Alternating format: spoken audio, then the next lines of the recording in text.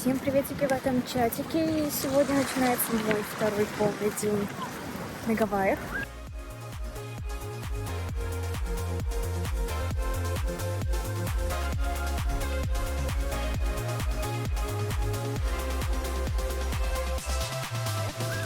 Я уже отучилась и позавтракала. Я взяла свой последний серфинг урок, то есть сюда. С тем же учителем у нас был 1 на 1.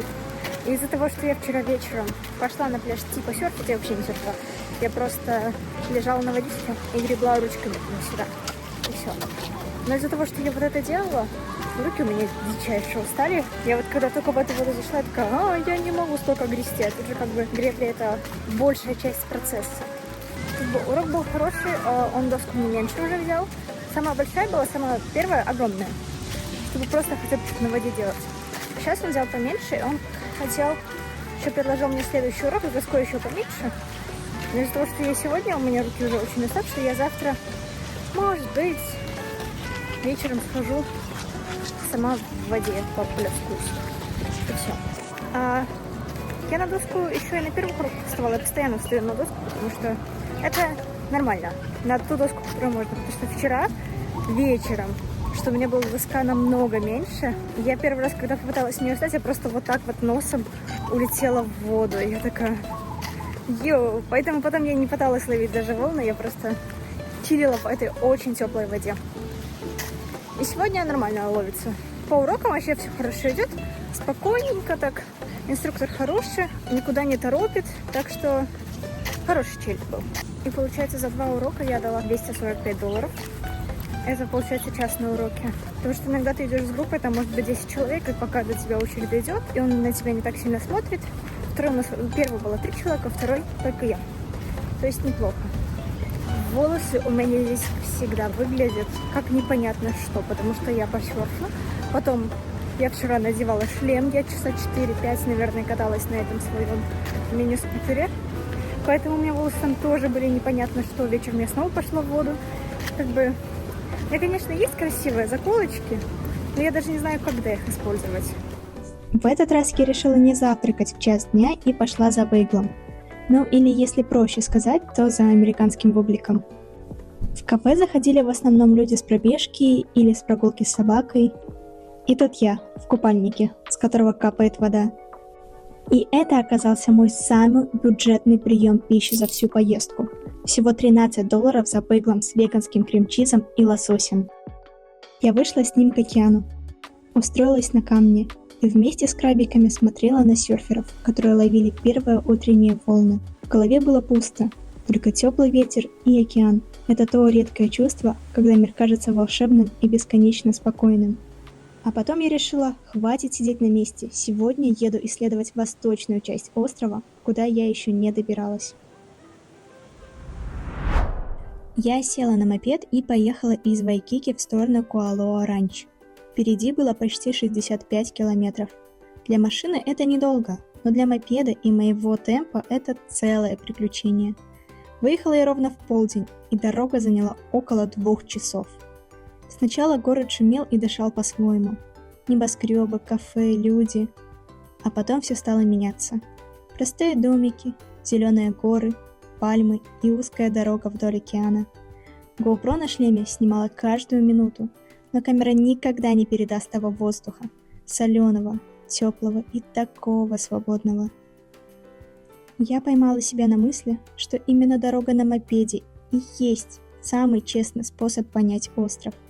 Слева океан, справа горы, впереди повороты и мостики, и местные, которые едут кто на работу, кто за фруктами. Сначала кажется, что это все хаос, но потом ловишь ритм и вдруг понимаешь, это и есть Гавайи. Здесь я остановилась на заправке и сразу заметила некоторую американскую привычку. Люди паркуют машину у колонки и уходят в магазин. А моя колонка как назло не работала. Тогда я решила уточнить у парней рядом, мол, у вас тут все нормально работает? Они, конечно же, сказали, да, все отлично. Но раз отлично, значит, пора уступать мне место. Я прямо не попросила, но намек им был понятен. В итоге парни освободили колонку, и мне не пришлось таскать мопед на другую сторону. Это если что, я первый раз заправилась в своей жизни. Поздравьте меня. Попала на нерабочую заправку. Заправилась и снова в дорогу. Сначала я ехала вдоль Вайманала. Это тихий и очень домашний уголок острова. Здесь нет небоскребов, только маленькие домики и длинный пляж, где больше местных, чем туристов. И мне казалось удивительным, что кто-то каждый день просыпается и едет по этим дорогам, просто на работу или за продуктами. А для меня это выглядело как кадры из фильма. Потом дорога потянулась в сторону Кайлуа и Канеохе. Здесь снова стало больше машин, но даже это не мешало, потому что с одной стороны поднимались зеленые горы, а с другой сверкал океан. Иногда повороты так резко открывали новые виды, что я ловила себя на том, что хочется остановиться каждые 5 минут. Чем ближе к Куалоа-Ранч, тем уже становилась дорога. Скалы словно нависали сверху, и одновременно рядом шел берег океана. И в этот момент я почувствовала, что остров как будто ведет меня сам, задает свой ритм. Когда я наконец добралась до ранчо, было уже 2 часа дня. О дороге можно рассказывать еще долго, но про само ранчо отдельная история. И, честно говоря, она того стоит. Смотрите, я в парке юрского периода, здесь реально снимали парк юрского периода, и здесь представляется очень много туров. И я пойду на тот, который рассказывает про фильмы, как фильмы снимались. Вот можно на лошадках покататься, есть зиплайн и еще парочку. Но я, конечно же, выбираю кино. Это место не просто туристическая точка. В древности эта земля считалась священной. Здесь принимали решения вожди и проходили религиозные обряды. Местные верили, что в этой долине живет сила богов, и доступ сюда имели только избранные. В XIX веке эти земли стали частным ранчо. Его основал доктор Джерри Джад, один из первых иностранцев, получивших право владеть землей на Гавайях. Тогда здесь разводили скот и выращивали сахарный тростник. Сегодня территория занимает более 4000 акров. Часть земли до сих пор используется для сельского хозяйства. Выращивают овощи и фрукты, держат скот. Но известность раньше принесли экскурсии и киноиндустрия. Здесь снимают фильмы, проводят туры на автобусах, лошадях и квадроциклах. То есть это место одновременно и живая ферма, и исторический памятник, и огромный природный парк, куда приезжают туристы со всего мира. Дома на Гавайях называются хали, хайл. Типичное место, где их строили, достаточно близко к океану, чтобы они могли ловить рыбу. Они могли собирать мелкие вещи вдоль берега. Это было временно после нападения на Пёрл-Харбор. Вскоре после этого американские военные пришли на ранчо, захватили довольно большую часть территории и использовали всю эту область для береговой артиллерийской обороны. Передняя часть ранчо, внизу, это ровная площадка, где находится взлетно-посадочная полоса или сахарный завод, и где сейчас парковка, все это использовалось как вспомогательный аэродром. Самолеты приземлялись не просто на грязь или траву. Для них была проложена металлическая взлетно-посадочная полоса длиной 6500 футов. Сейчас ранчо принадлежит семье Морган. Морганы — потомки доктора Джада. Так что вся собственность, все 4000 акров ранчо, находится во владении одной семьи уже 6-е поколение. Почему основатели до сих пор работают на ранчо? Если вы хотите жить и работать на этой стороне острова, ранчо — один из крупнейших работодателей. Теперь, пока мы едем, следите за небольшой черной уткой с ярко-красным клювом. Ее называют алае-ула или гавайская лысуха. Это вымирающий вид. Ее можно найти только здесь, на Гавайях. Вы берете корень, варите его, разминаете, и он превращается в пой. Кто-нибудь здесь пробовал пой на Гавайях? Отлично. Пожалуйста, попробуйте пой, пока вы здесь. Если пойдете на луау, вам дадут немного фиолетовой пасты. Если попробуете и вам не понравится, идите в Макдоналдс. Но на Гавайях вместо яблочного пирога вы получите пирог таро. Вот цветок распускается и отмирает. Прямо за ним зеленый колючий плод — это драгонфрут, питайя. Когда он созревает, он становится очень темно-красным. Вот 2 плода здесь. И еще около 100 наверху. Лучшее и самое простое место, где можно его попробовать — любой фермерский рынок на острове, включая наш. Вы можете взять чипсы из улу. У нас нет картофельных чипсов. Кроме того, в некоторых ресторанах теперь не подают картофельное пюре. Вместо него здесь подают пюре из улу. Телешоу «Живая мишень» Human Target. Пилотный эпизод. Для него снимался здесь, на ранчо, в нескольких разных местах. Я думаю, вышло всего 8 эпизодов, прежде чем его отменили. В фильме два мальчика пытаются сбежать от хаоса, который начался в тематическом парке, находят один из оригинальных джипов из версии 1993 года. Парк юрского периода. И врезаются прямо в эти ворота. Теперь они выглядят очень ржавыми. Ну, во-первых, они стоят здесь уже 11 лет. Во-вторых, они должны были выглядеть так и в фильме. И поэтому они такие ржавые здесь. Она уходит вниз, в землю, и открывается в большую комнату под землей. Прямо отсюда вы видите бетонные блоки. Это лестница. Такие бункеры есть по всему острову. Так что по мере подъема на холм мы увидим еще около полудюжины таких небольших сооружений. Он возвышается в небо. Там тоже есть пруд. Это со съемок фильма «Конг. Остров черепа», вышедшего в 2017 году с Сэмюэлом Л. Джексоном, Бри Ларсон, Томом Хиддлстоном и Джоном К. Райли. В фильме Сэмюэл Л. Джексон находится на этих камнях прямо посередине. Вокруг пруда стреляет огонь. Итак, огонь стреляет вокруг этого пруда. Выходит Кинг-Конг. Машина мистера Джексона загорается. Эта сцена снималась ночью. Днем нам разрешили проезжать здесь. Во время съемок они построили 9-метровый зеленый экран и установили его на северной стороне. Это декорация для фильма «Джуманджи. Зов джунглей» с Дуэйном Джонсоном. В том фильме у них есть так называемый транспортный узел, где они берут вертолет и всю технику.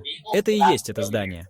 Хотя его снимали не здесь. Когда съемки закончились, студия отдала его ранчо.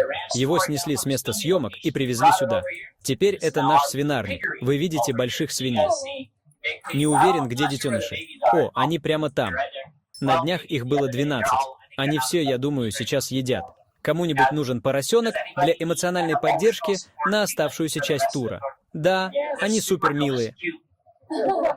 У нас на ранчо около 2500 какао-растений. Мы собираем урожай здесь, сушим его здесь и отвозим в компанию под названием Manoa Chocolate, где из него делают шоколадный батончик для нас. Наш шоколад очень хорош. Он не такой превосходный, как швейцарский шоколад. Швейцарский лучший в мире. Но если вы попробуете наш шоколад здесь, у него будет очень фруктовый вкус. Посмотрите парк юрского периода теперь, когда вы здесь побывали. Вот как разворачивается сцена в фильме. Дети поднимаются на вершину холма. Внизу, по линии деревьев, динозавр съедает големима прямо перед детьми. Если вы помните эту сцену из фильма, она довольно культовая. Она также очень короткая. Если вы решите ее найти, этот клип длится чуть больше 2 минут. Из серии «Парк юрского периода», оригинальный «Парк юрского периода», имеет эту одну сцену, которая была снята здесь. «Парк юрского периода 2» и 3 не снимались здесь. «Мир юрского периода» и «Мир юрского периода 2», «Павшее королевство» снимались здесь много. Я работал здесь достаточно долго, чтобы побывать на этих съемках, когда они были здесь. В 2022 году они выпустили «Мир юрского периода». Нравится вам это или нет, вы, вероятно, слышали имя Ники Минаж. У нее есть песня, вышедшая около 10 лет назад, под названием Starships. Эта песня «Let's Go to the Beach». Этот музыкальный клип также был снят на вершине холма. До Ники Минаж у нас был другой посетитель. Этот посетитель пришел, разрушил целую деревню и заставил их уйти. Я знаю, кто был этот посетитель. Он оставил здесь свои следы. Это 3 больших следа, оставшихся от Годзиллы. Первый след Годзиллы находится справа. Если не успеете сфотографировать его, слева будут еще 2. Это версия 1998 года. Изначально, когда они снимали здесь, эти следы были 2-3 метра глубиной. Они держат скот в этой части ранчо. В этой части ранчо нет света, поэтому ночью здесь становится очень темно. Коровы продолжали падать в следы ночью, поэтому их в итоге засыпали до той глубины, что вы видите сегодня всего несколько футов.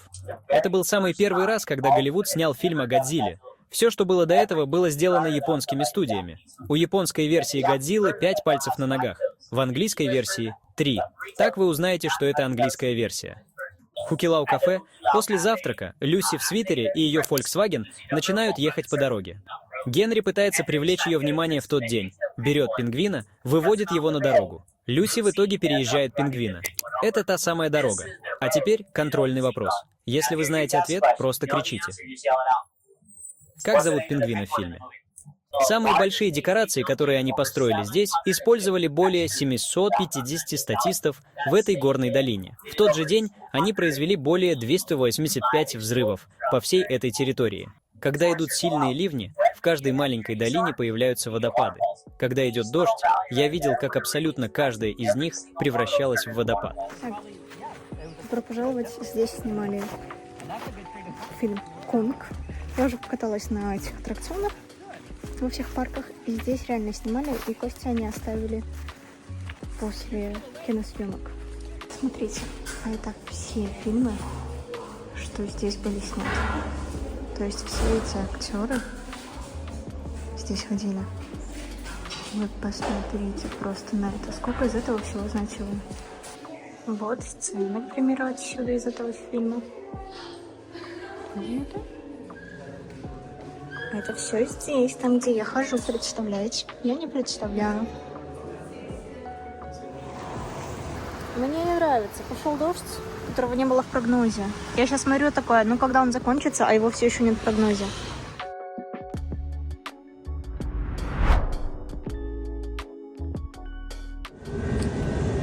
За это я дала $25.